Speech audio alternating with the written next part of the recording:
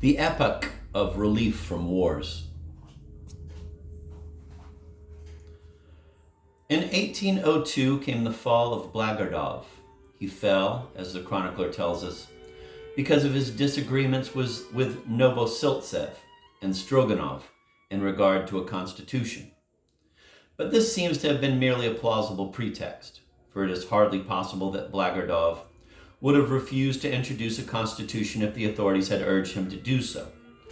Blagodov belonged to the school of the so-called fledglings, for whom it made no difference what was introduced.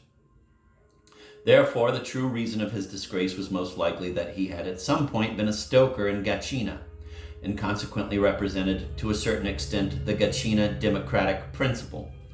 Besides, the authorities were apparently aware that the wars for enlightenment, which later turned into wars against enlightenment, had so exhausted Foolsburg that there was a need to free it entirely from wars for a time.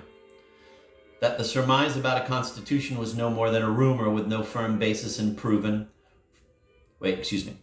That the surmise about a constitution was no more than a rumor with no firm basis is proven, first, by recent research into the subject, and second, by the fact that the mayor, Blagodov, was replaced by the Circassian Michaeladze, who hardly had a clearer notion of constitutions than Blagodov.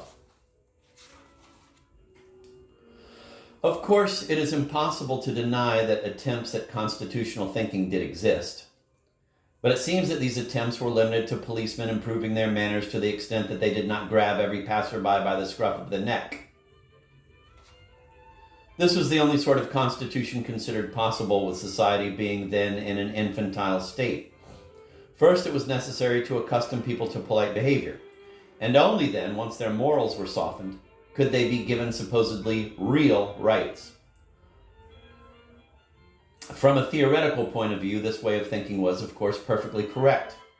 On the other hand, it is no less probable that, however attractive the theory of polite behavior is, still, taken in isolation, it by no means ensures people against the sudden intrusion of the theory of impolite behavior, as was later proven by the appearance in the arena of history of such a personality as Sullen Grumble. And therefore, if we really wish to give polite behavior a firm foundation, we must still, first of all, provide the people with supposedly real rights.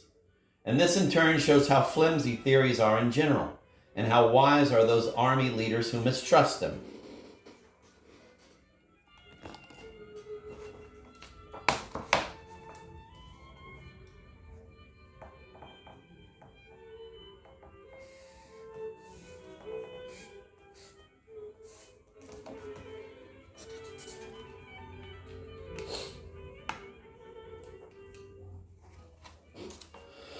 The new mayor understood this and therefore set it as his goal to attract hearts solely by means of refined manners.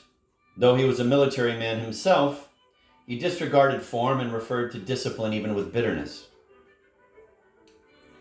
He always went about in an unbuttoned frock coat, under which could be glimpsed an alluringly snow-white pique waistcoat and turned-down collar. He readily offered his left hand to subordinates, readily smiled, and not only did not allow himself to affirm anything too abruptly, but even liked, when receiving reports, to use phrases like, quote, "So you were so good as to say," end of quote, or, quote, "I have already had the honor of telling you," end of quote, and so on. Only once, exasperated by the prolonged contrariness of his assistant, did he allow himself to say, quote, "I have already had the honor of repeating to you, son of a gun," end of quote, but immediately checked himself and promoted the assistant to a higher rank. Being of a passionate nature, he was greatly drawn into the company of ladies, and this passion was the cause of his untimely demise. In an article he had written, quote, "on the attractive appearance of Messrs. Mayors," end of quote, see further on in the supporting documents, he expounded his views on the subject in detail, but it seems made a not entirely sincere connection between his successes with Foolsburg ladies and some political and diplomatic purposes. Most likely he was ashamed that he, like Mark Antony in Egypt, led an extremely sybaritic life, and therefore he wanted to assure posterity that there are occasions when even a sybaritic life can have an administratively policing significance. This surmise is supported by the fact that there is no indication in the chronicler's account of frequent arrests taking place during Micheladze's mayorship. or of someone being mercilessly thrashed, which certainly would have happened if his amorous activity was really directed toward protecting public security. Therefore, it can be asserted with near certainty that he loved amorous adventures for their own sake and was a connoisseur of women's attractions just so, without any political purposes, and he invented the latter only as a cover before the authorities, who, despite their unquestionable liberalism, nevertheless did not omit asking every once in a while, was it not time to start a war? Quote, and he, end of quote, the chronicler says on this subject, quote, pitying orphans' tears, always answered, no, it is not time yet, for the materials I am gathering for this purpose, in a way known to me, are not ready. And before gathering them, he died, end of quote.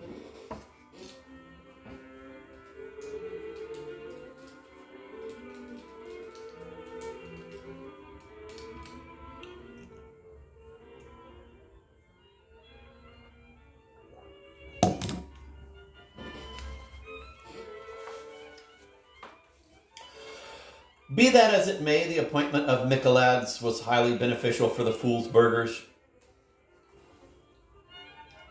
His predecessor, Captain Blagodov, though not a man of what is called, quote, essential, end of quote, depravity, considered himself a man of conviction. The chronicler everywhere puts the word, quote, willfulness, end of quote, in place of, quote, conviction, end of quote.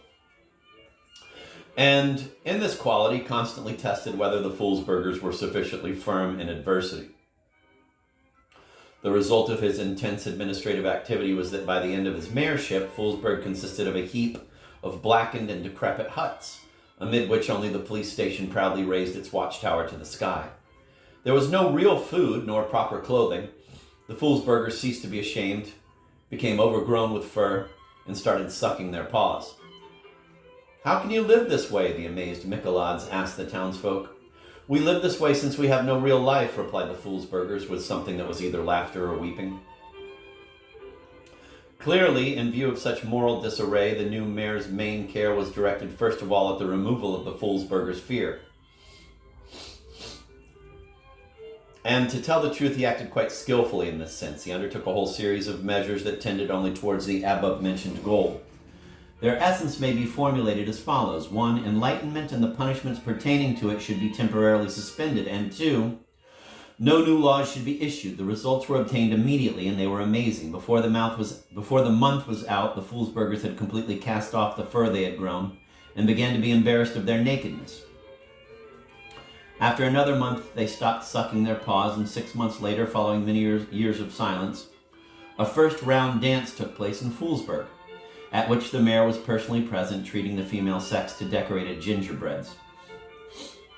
With these peaceful feats, the Circassian Michelades marked his mayorship.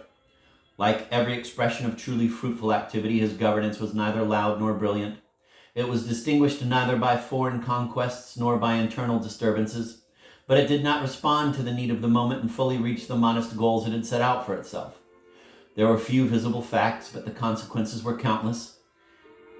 You wise ones of this world, exclaims the chronicler on this account, reflect on it well and let your hearts not be troubled at the sight of birch rods or other instruments of which, in your high-minded opinion, the power and light of enlightenment supposedly consist.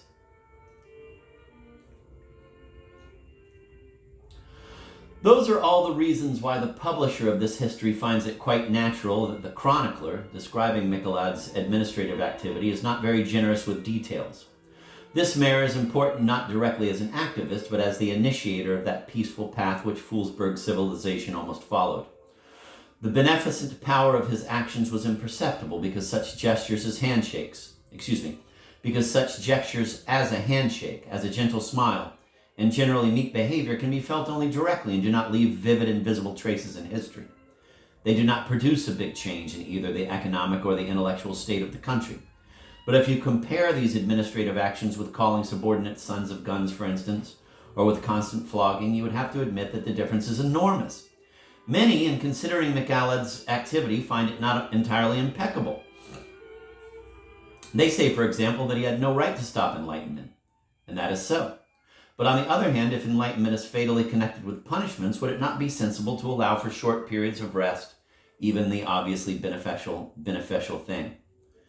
They also say that Michelades had no right not to issue laws, and that is certainly correct.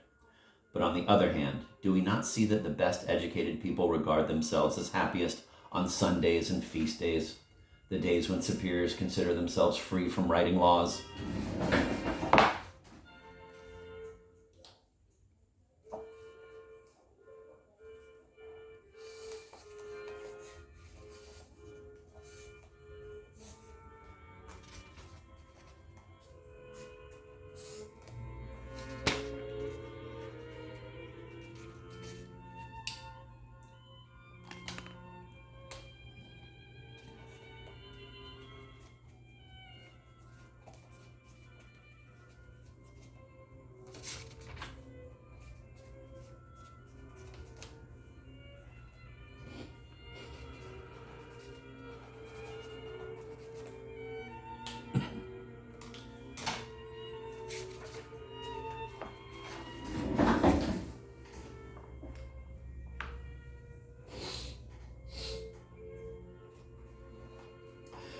It is hardly possible to neglect this evidence of experience.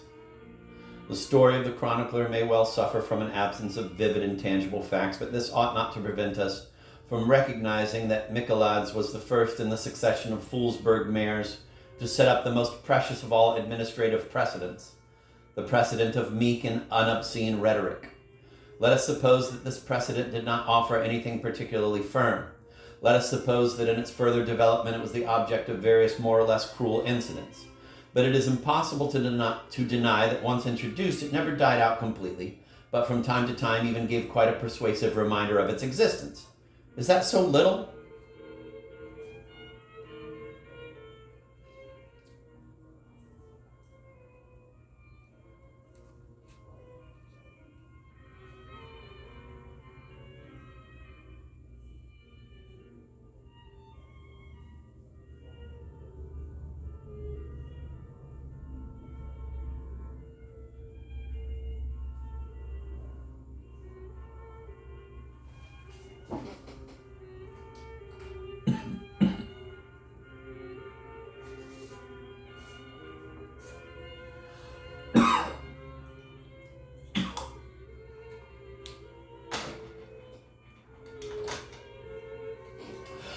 This worthy administrator had one weakness, an unrestrained, almost feverish craving for the female sex.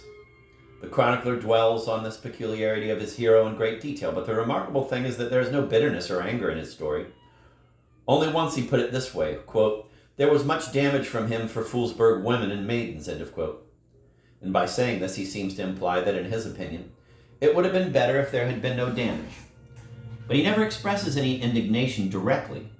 However, we will not follow the chronicle in portraying this weakness, for those who wish to acquaint themselves with it can obtain everything necessary from the appended work, quote, "On the Seemly Appearance of Mayors," end of quote, written by the exalted author himself. In all fairness, we must say that this work omits one major circumstance mentioned in the chronicle, namely that one night Michelades got in with a local treasurer's wife, but he had just freed himself from his bonds, that is what the chronicler calls a uniform, when the jealous husband caught him unawares. A battle ensued in which Michelades did not so much beat as get beaten. But he washed himself immediately after, and no traces of dishonor were left. This seems to be the only failure he suffered in this line, and it is understandable why he did not mention it in his work. This was such a negligible detail in the great succession of his formidable feats in this field that it did not even evoke in him any need for strategic considerations that could secure his campaigns in the future. Michelades died in 1806 from exhaustion.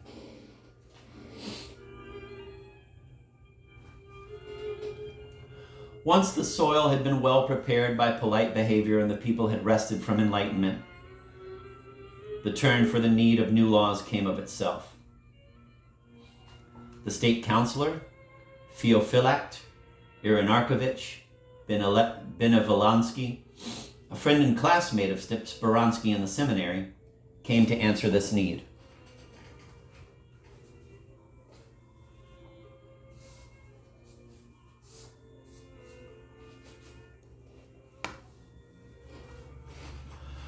From very early youth, Benevolenski had felt an irresistible urge to lawmaking. Sitting in the classroom of the seminary, he had already outlined several laws, among which the following are to be noted. Let every man's heart be contrite. Let every soul tremble.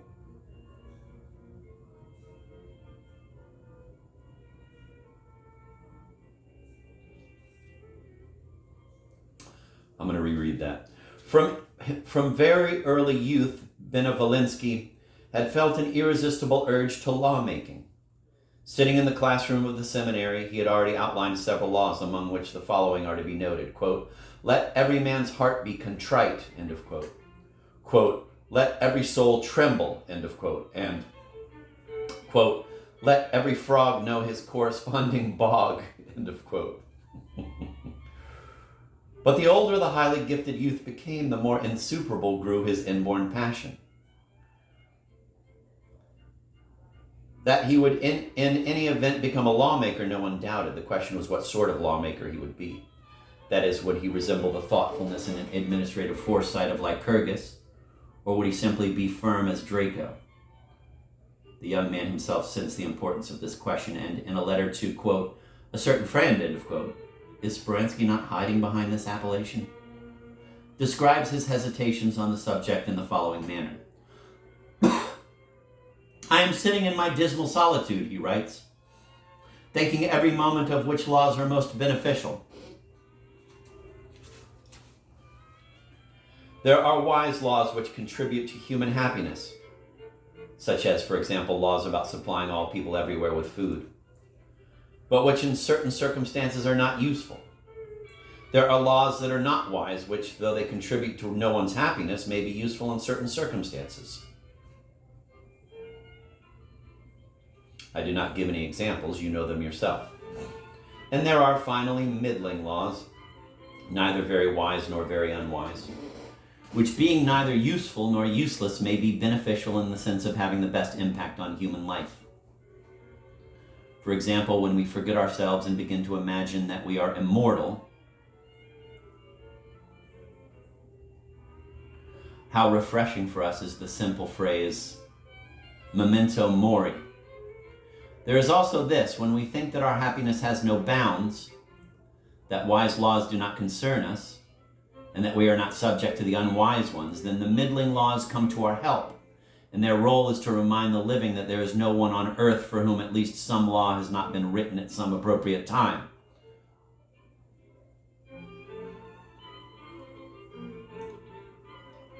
And will you believe me, friend, the more I think, the more I incline toward the middling laws. They enchant my soul because they are, in fact, not even laws, but, so to speak, the twilight of the laws. Entering their area, you feel that you are in communion with legality. But what this communion is, you do not understand. All this happens apart from any reflection. You do not think about anything, do not see anything definite, but at the same time you feel some sort of anxiousness, which seems vague because it is not based on anything in particular. It is, so to speak, an apocalyptic writing, which can only be understood by the one who receives it. The middling laws are convenient in that anyone who reads them says, how stupid, and yet everyone irrepressibly strives to obey them. If, for instance, a law is issued, quote, let everyone eat, end of quote, this will be precisely an example of those middling laws, which everyone strives to obey without the least amount of urging. You will ask me, friend, why issue laws which everyone obeys anyway? To this I will respond that the aim of issuing laws is double. Some are issued for the better organizing of peoples and countries, others so that the lawmakers do not stagnate in idleness. End of quote. And so on. Thus, when Benevolenski arrived in Foolsburg, his views of law-giving had already been established, and that precisely in the sense which was most suitable for the needs of the moment. Consequently, the well-being of Foolsburgers initiated by the Circassian Michelades not only was not disrupted, but received an even greater confirmation. Foolsburg needed precisely, quote, the twilight of the laws, end of quote. That is, such laws as, while usefully occupying the leisure time of the lawmakers, could be of no essential concern to any other people. Sometimes such laws are even called wise, and in the opinion of competent people, there is nothing exaggerated or unmerited in this appellation.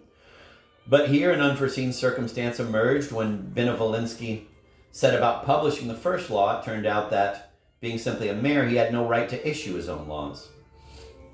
At first, when the secretary informed Benevolenski of it, he did not even believe him. They began to search among the Senate edicts and rummaged all through the archives, but found no laws that would authorize Wartbeardens, Epicurovs, Gigantovs, Benevolenskis, etc. to issue laws of their own invention. Without a law, you can do as you like, said the secretary, but write laws you cannot, sir.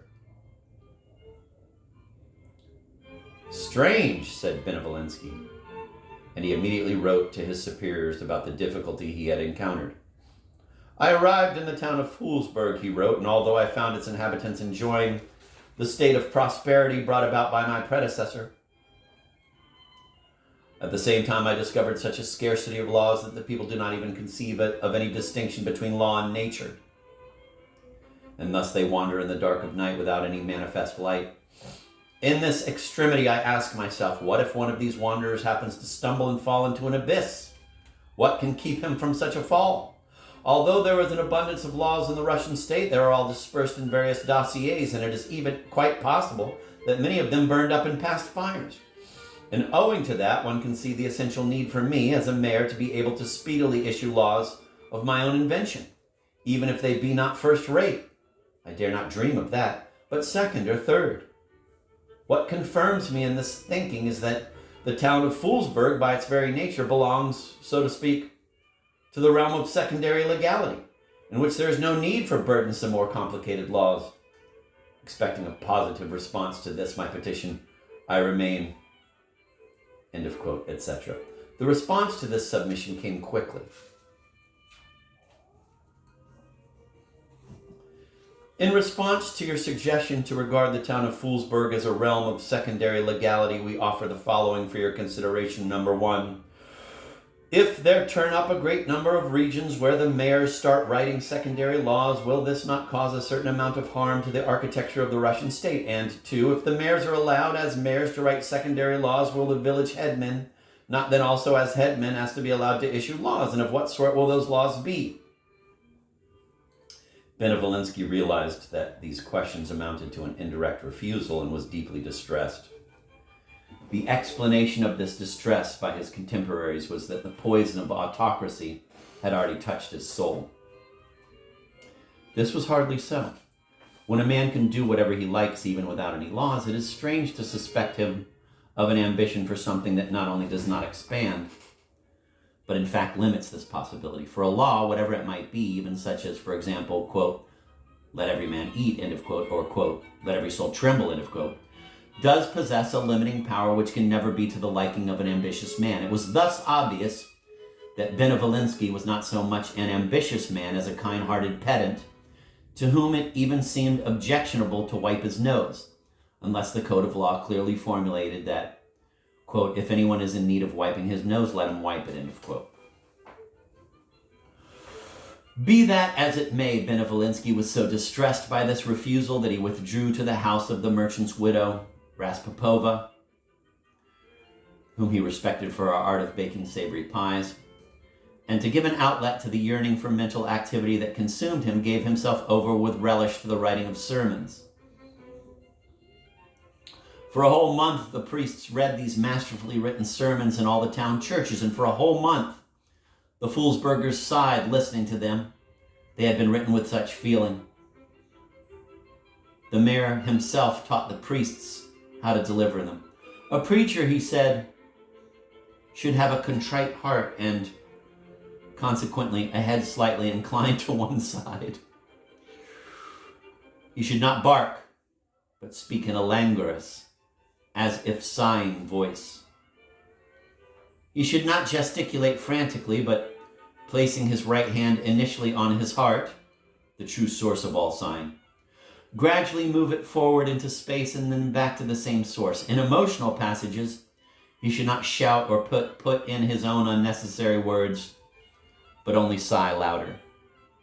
Meanwhile, the Foolsburgers were growing fatter and fatter, and Benevolenski was not only not distressed, but was even glad of it.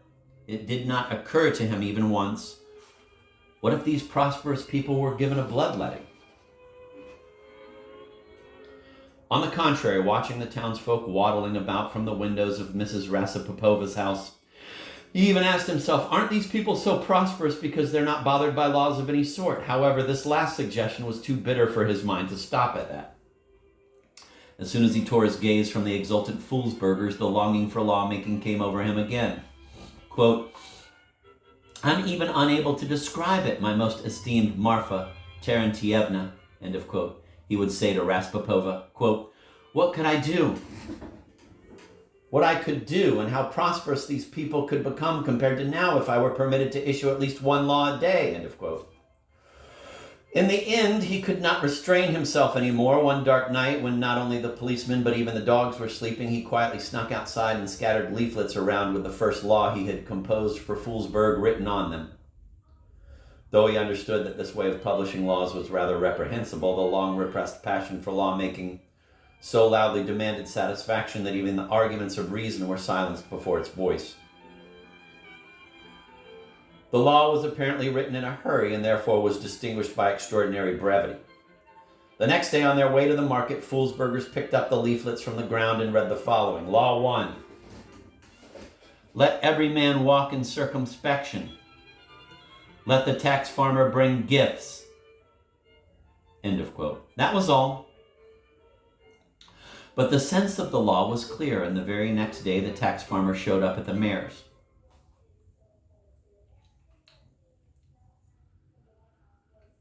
A discussion followed.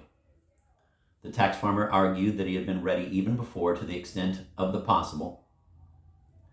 Benevolensky objected that he was unable to remain in the former uncertain state, that the expression to the extent of the possible spoke neither to the mind nor to the heart, and that only the law made it clear. They agreed on 3,000 rubles a year and set this amount as lawful, till the time when, quote, circumstances would bring about a change in the laws, end of quote.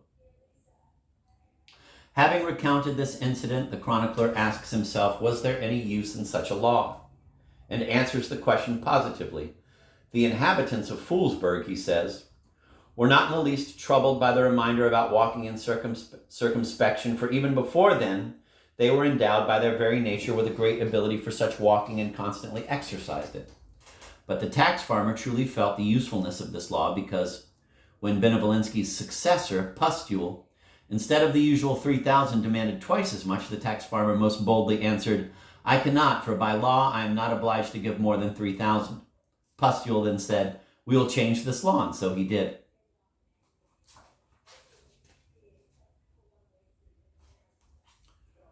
Encouraged by the success of the first law, Benevolensky began to actively prepare for issuing a second one. The fruits were not slow to come, and soon a new and now more expanded law appeared in the streets of the town in the same mysterious way, announcing this. Regulations for the respectable baking of pies. 1. Let everyone bake pies on feast days, and feel free to pursue the baking also on ordinary days. Number 2, let everyone use a filling according to circumstances. Thus, having caught a fish in the river, put it into a pie. Having chopped up some meat, put it into a pie. Having chopped cabbage, do the same. Poor people should make pies with tripe. Note, to make pies out of mud, clay, and building materials is permanently forbidden. 3, once the filling is ready and a due amount of butter and eggs is added, let the pie be put in the heated oven and kept in it till it is golden and ready. Number 4, once the pie comes out of the oven, let the cook take a knife in hand, cut out the middle portion, and offer it as a gift. Number 5, let whoever does so then eat.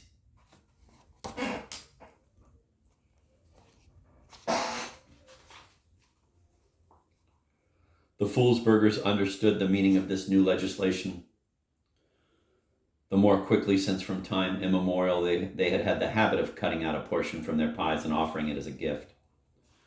Though of late, under the liberal rule of Michaeladze, this custom had been neglected and not followed, they did not murmur against its renewal, hoping that this would still better seal the amiable relations between them and the new mayor. Everyone hastened to gladden Benevolensky. They vied in offering the best portion, and some even offered a whole pie.